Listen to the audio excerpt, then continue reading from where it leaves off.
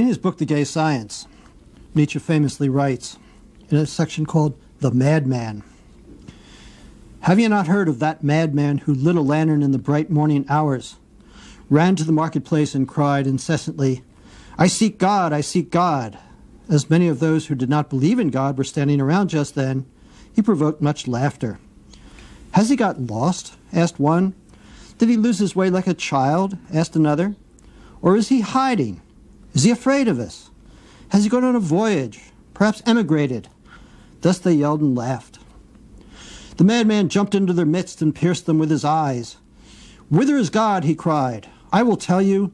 We have killed him, you and I. All of us are his murderers.' And then a bit later, 'I've come too early,' the madman said. 'My time is not yet. This tremendous event is still on its way, still wandering. It has not yet reached the ears of men.' The fact that Nietzsche is an atheist will come as a surprise to no one. He takes his atheism very seriously. In a book of about the same period, written just a year or so before, he writes, "Historical refutation as the definitive refutation. In former times, one sought to prove that there is no God. Today, one indicates how the belief that there is a God could arise and how this belief acquired its weight and importance. A counterproof that there is no God thereby comes superfluous. In former times, atheists did not know how to make a clean sweep." That's pretty definitive. And of course, the idea that one should explain belief in God, how such a belief should have arisen, rather than, as theologians have often tried to do, to justify or prove the existence of God, that of course is perfectly in line with Nietzsche's general attitude towards psychology and the idea of explaining philosophical ideas rather than justifying them. But I think it's very important not to take Nietzsche's attack on God, or his thesis famously stated as "God is dead," as simply a kind of theological or anti-theological slogan. Rather, it has profound implications, as Nietzsche indicates here, and it's not just about theology, it's not just about religion at all. For example,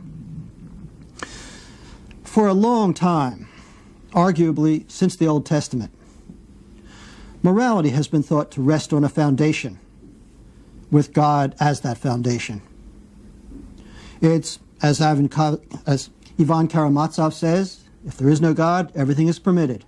The idea being that it is God who provides us with the rules, it is God who sanctions the rules, it is for God's sake, or out of fear of punishment by God, that we obey the rules.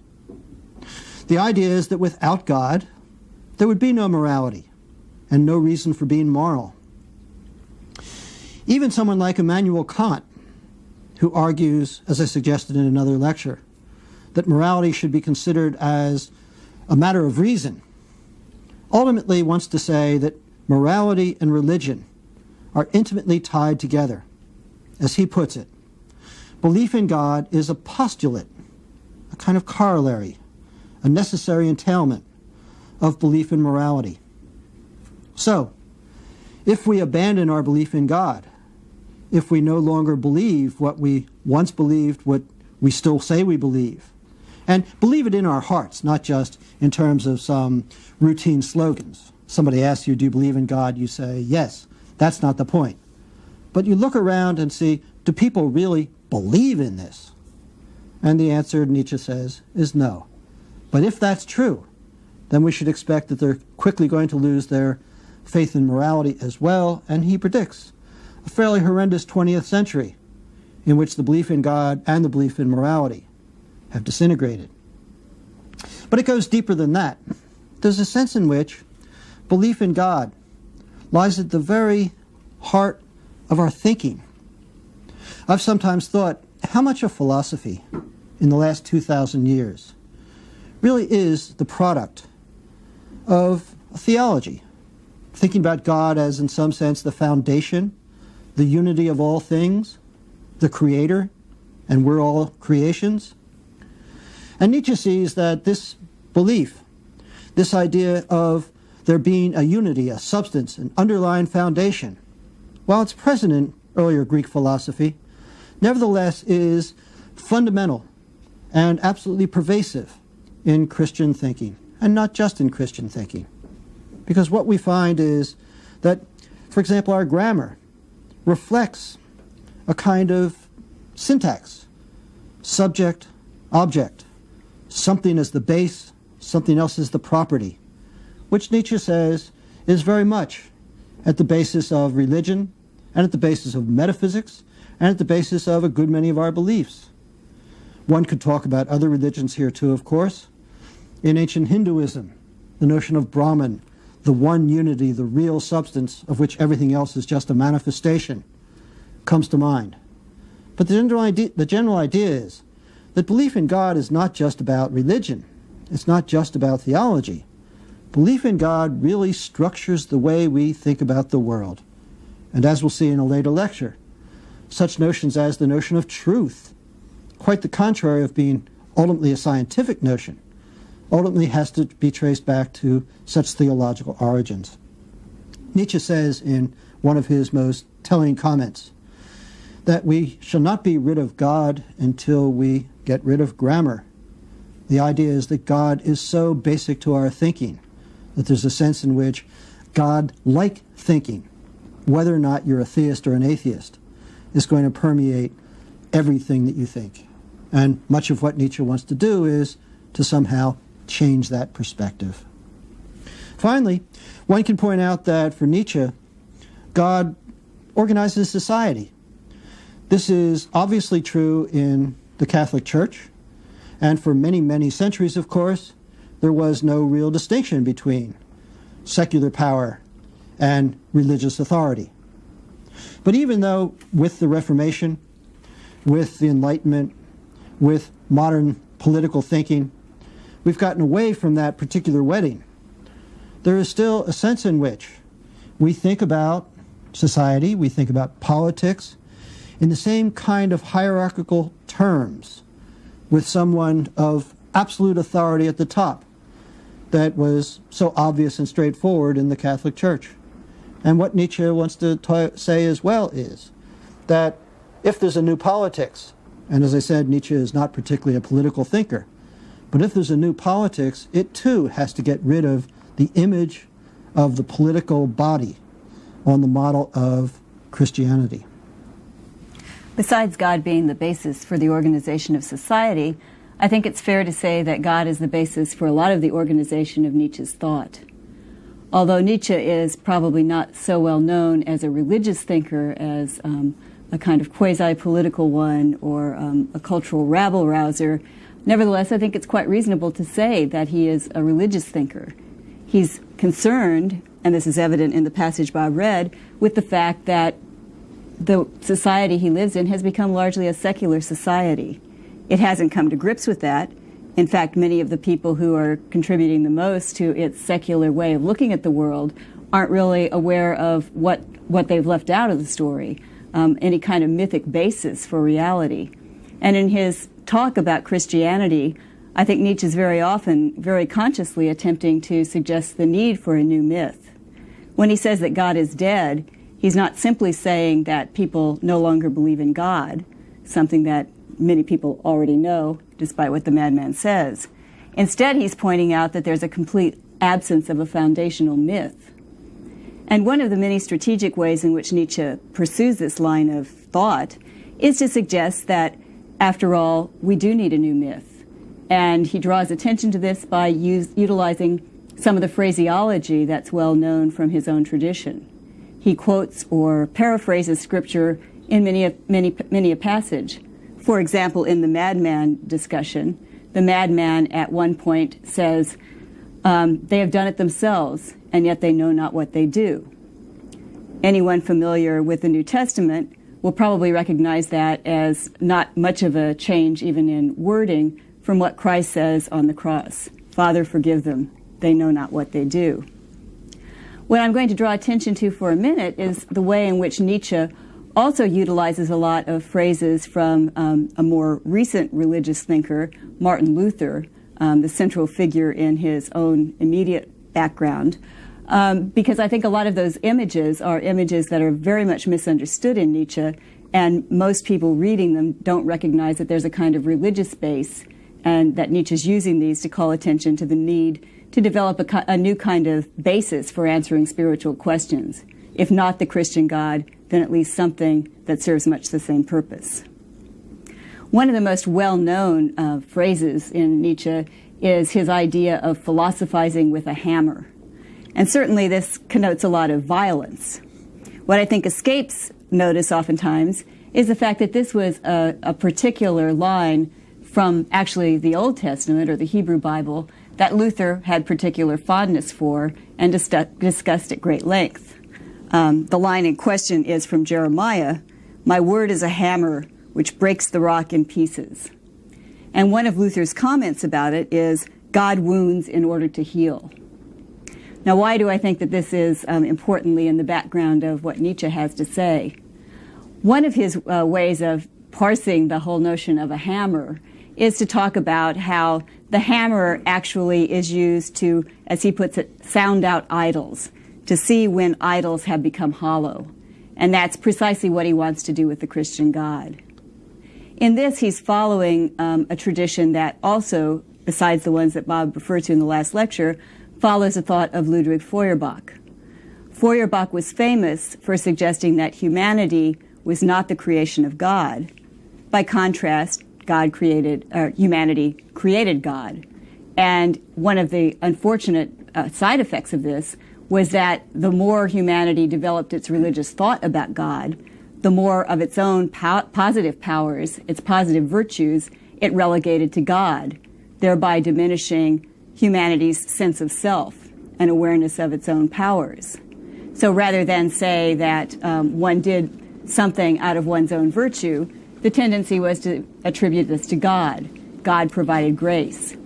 Anything negative that happened tended to be human responsibility, but anything virtuous couldn't really be taken as part of oneself. So what Nietzsche sees as a positive potential of sounding out the most famous idol, namely the idol of the Christian God, is for us to realize, after all, that the whole story of the Christian God was a human invention. And in fact, its very greatness, its power to synthesize society for so long, was a human production. If we could achieve that kind of great basis for thought at one point, surely we have the resources to come up with an alternative myth. But back to the hammer. Another feature of this hammer image, besides sounding out idols to see which are hollow, is actually to take the hammer and smash those idols that don't end up really providing anything useful to humanity anymore. This sort of violent image is one that comes directly from both the Old Testament and Luther's gloss on it. The idea that there's an attempt to create, but to create only by means of destroying. And that's something that Nietzsche wants to suggest that humanity needs to do. So again, there's a sense of a role that used to be played by God wounding in order to heal, is now something that we, in the aftermath of the death of God, might take seriously in doing ourselves. What we ought to do is try to recreate, but we can only do that first by destroying. Another frequently mentioned image in Nietzsche that I think stems in many ways from Luther is the notion of masks. Bob's already drawn attention to Nietzsche's own mask, that of the mustache, but Nietzsche frequently talks about how so much of perceived human behavior really masks the actual motive. And again, I think there's a kind of reference to Luther's discussion of God wearing many masks. We can't always see God's motives. Instead, we see masks of God. If Nietzsche wants to put humanity in the place formerly occupied by humanity's own invention, namely God, what he wants to do is draw attention to the fact that we ourselves and our own motives are filled with masks. And again, it's kind of putting humanity in the place of the object of most interest and eliminating God from that position, since practically we've already done that. One of Nietzsche's particular emphases throughout his philosophy that we'll be talking about a lot in this series is his talk of affirmation, of saying yes to life, to one's own life specifically. And again, I think that there's a kind of reference back to Luther using this kind of terminology. For example, Luther discussing the way in which God infuses grace into the soul involves a rather elaborate scenario in which the pride of the sinner, first of all, has to be crushed, indeed, by a hammer in some locutions. And after that pride is crushed, despair will descend. At this moment of despair, the sinner is finally open for God's grace to come in. And one of Luther's own lines about this is, deeper than no, and above it, the deep, mysterious yes. Nietzsche's many oppositions of yes saying to life and saying no, I think, draws, again, very directly from this image. That what he wants to put in place of a kind of negative orientation that he himself thinks is a necessary stage to pass through is ultimately to look for this position from which we can say yes to life, to appreciate it fully. And a final Lutheran image, or image that precedes Luther but that Luther draws a lot of attention to, is the idea of overflow. Nietzsche's often talking about the person that's really full of vitality and life and the desirability of living in such a way that one's own spirit flows over. It becomes evident in everything that one does. The sense of affirmation about life is not something that just is content to sit with itself, but involves a lot of interaction. Health becomes dynamic. And this is precisely the sort of thing that Nietzsche sees already in Luther when he talks about the person who really has Christian faith performing good works out of a kind of overflow. So filled with God's grace, this grace overflows in good works. Nietzsche wants to borrow that image, but secularize it and say, indeed, it isn't God's grace, but our own power that overflows. Certainly, he does have many harsh things to say about Christianity, and we'll discuss them more. Already we've alluded to some of them. He thinks too many people are mindlessly conformist in external observance without really thinking through exactly what their true motives actually are. And he's very much on the alert for what he sees as a kind of self-righteous hypocrisy that masks itself in Christian locutions. He himself uses masks of Christian locutions, but tries not to be so hypocritical about them. But even so, he thinks that Christianity has served a really important historical function for people. And I think it's very interesting that in the passage about the madman, it's not people who believe in God that the madman assaults. The madman assaults those people who think they can just eliminate the need that God once filled in society for something like God, who think that by focusing all attention on science, they can simply eliminate myth, ignore the needs of humanity that have led humanity up to this point.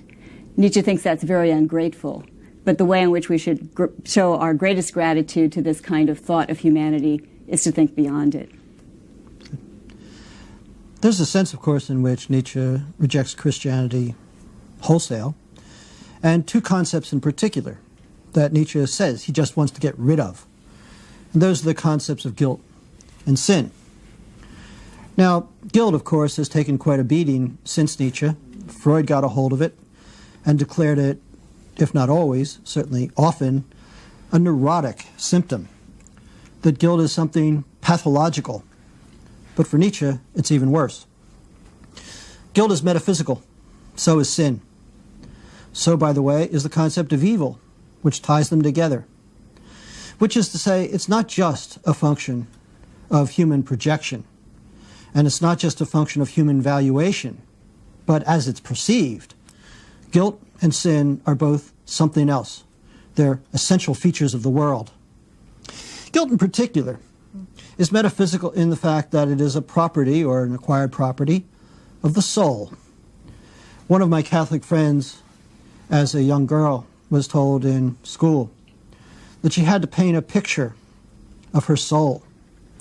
And the picture of the soul consisted of taking a black crayon and making appropriate smudges which represented her sins. The notion of guilt is a metaphysical blemish. And of course, together with the doctrine of original sin, what it says is we all have blemished souls. Now, Nietzsche doesn't believe in that kind of a soul, although he's certainly not soulless, but he certainly wants to say that picture of the basic blemish, that idea that somehow we are fallen, the very idea that we are initially, from the outset, somehow failed or flawed creatures, is something we should not accept. Now, that's not to say that Nietzsche thinks we're perfect, quite the opposite. He is all in favor of making more of ourselves, the need to struggle to become who we are. But nevertheless, this idea of a metaphysical anchor which prevents that, the idea that we are essentially guilty in some fundamental way, is something he utterly rejects. And in line with Nietzsche's general attitude towards life, one can anticipate he has the same attitude towards sin. In fact, when you think about sin in the Christian tradition, something very odd should strike you. That the most serious crimes, murder, theft, treachery, rape, those aren't the things that are talked about the most. Partly, of course, because the wrongness of them is taken for granted. But if you think, for example, of the list of so-called 7 deadly sins, I think you get a real insight into what's going on here. In fact, these are human foibles. They are features of the human circus. They are things that make us amusing, things that make us sometimes silly. But nevertheless, it's what defines many of our characters. Run down the list. Lust. I mean, there's something very strange about the attack on lust in, for example, St. Paul. It's not as if lust is something to be overcome, and Nietzsche's Dionysian temperament says quite clearly, lust is something to be enjoyed, but of course in a way that is appropriate and suitable. Or gluttony. Now, I don't know what your attitude towards food is, but drawing again from Feuerbach, we might say that gluttony is something that's essentially human. A certain amount of discipline, self-control, politeness if you like, is certainly necessary, but nevertheless, gluttony isn't a sin, much less a deadly sin. Gluttony is just a feature of being human. Greed. Well, perhaps that's more exaggerated in the 20th century than it was before the sort of outset of global capitalism. But nevertheless, greed has always been with us. And there's a sense in which greed is not necessarily evil. To be sure, sometimes it causes great harm. But in most people, greed is just, it's one of those little things about them, something to joke about, something to criticize them about, something to gossip about. But again, it's part of the human circus. Anger, can you imagine a world without anger? Aristotle, I think very insightful on these matters, talks about anger not as a sin, but quite to the contrary. Anger is something which the good person will naturally feel in the right kind of circumstances. Not to get angry in the appropriate circumstances, to the appropriate degree, at the appropriate person, he says, is to be a fool. And so to think of anger as a sin right away makes you think something very deep and something very different from what is being pronounced here is actually going on. Envy? Well, I hate to say it, but envy is a basic human emotion. And for someone who sees human behavior as really basically competitive, envy quite naturally is going to be an inevitable outcome. And Nietzsche talks at great length, of course, about envy's twin sister, and that is resentment, which he says explains an awful lot about human behavior and Judeo-Christian morality in particular. Then there's pride. What's so bad about pride? Again, let me refer back to Aristotle. What Aristotle points out is that pride is nothing but what we would call, in rather California-ish terms, self-esteem, thinking well of oneself, recognizing one's accomplishments and exploits. But of course, in Christian theology, pride is considered a sin. And in fact, on some of the lists, pride is the number 1 sin, because it's paying attention to yourself instead of to God. And finally, the odd sin of the 7, sloth. But is sloth really a sin? I mean, should you be sent to prison for it? Should you be damned for it? The truth is that human laziness is another butt of jokes, gossip. It may not be a recipe for success in this rather hurly-burly, ambitious world, but nevertheless, I think most of us could use a good dose of sloth in our lives. And the truth is, to talk about these as sins to talk about these as metaphysical failures in some sort is really to say something outrageous.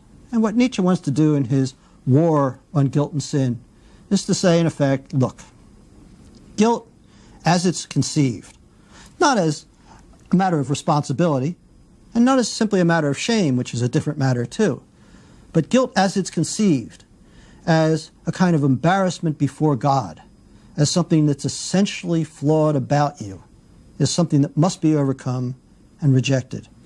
And the notion of sin, or evil, as a kind of metaphysical writ, rather than simply part of the human circus, part of human behavior, is something we have to overcome too. Now, just to anticipate, that's not to say that Nietzsche doesn't recognize the existence of profound evil in the sense that we would all accept. What he rejects and what he attacks is the notion of evil as it's attached to metaphysics, as it's attached to theology, as a set of absolute values. And in some of his most challenging statements, what he says is, in effect, that insofar as one is interested in, for example, the preservation and happiness of the human race, it has been more advanced at some points in history by profound evil than it has been by anything else. And of course he has some controversial examples. He uses Caesar, Napoleon. I am sure if he had lived to be much older, he would not have used Hitler. Although one can even argue there, to be very polemical, that much of the morality of the late 20th century has in fact been defined by the Holocaust. And we would not now have war crimes tribunals for crimes against humanity if it weren't for that horrible occasion in human history. So the basic idea is to take in the big picture, to ask what human beings are really like, whether human beings really need this religious foundation and this kind of absolutism in their morals. And Nietzsche's answer is a very general, strong no. In general, I think that one way you could describe Nietzsche's attack on Christianity is that what he wants to do is return us to innocence. In fact, he talks about the innocence of the senses, the idea of nature as something that he hopes someday we'll again be able to see innocently, and the idea that it's basic instincts that are attacked in listing the various actions or attitudes that fall into the categories of the 7 deadly sins. All of those, I think, Nietzsche would say, indicate that we're really not innocent about ourselves any longer. You might say that his overall spiritual goal is to return us to a kind of self-esteem that's lost when humanity has put all of its own virtues into a conception of God that sees all and mostly notes faults in humanity. But one other feature of this I think is important as well and very timely for Nietzsche. Nietzsche is writing after people have, in a sense, come to grips with the idea that the Earth is no longer the center of the universe. It's not even the center of the solar system. In fact, it's a pretty undistinguished planet, and our sun is a fairly undistinguished sun. In a sense, we've lost all moorings that an earlier tradition in the West, a tradition that was infused with the notion of the human place in the scheme of things and God having made humanity at a certain pinnacle, all that has been lost as science has developed more and more understanding of our natural place in the scheme of things. If you couple that with the loss of God, the loss of self-esteem as having this premier place in nature, Nietzsche thinks that it's absolutely essential for humanity to gain some kind of sense of its own importance. Thus, what he calls for is a spirituality of this world that recognizes our own virtues as virtues and recognizes the world we live in as beautiful. Thank you.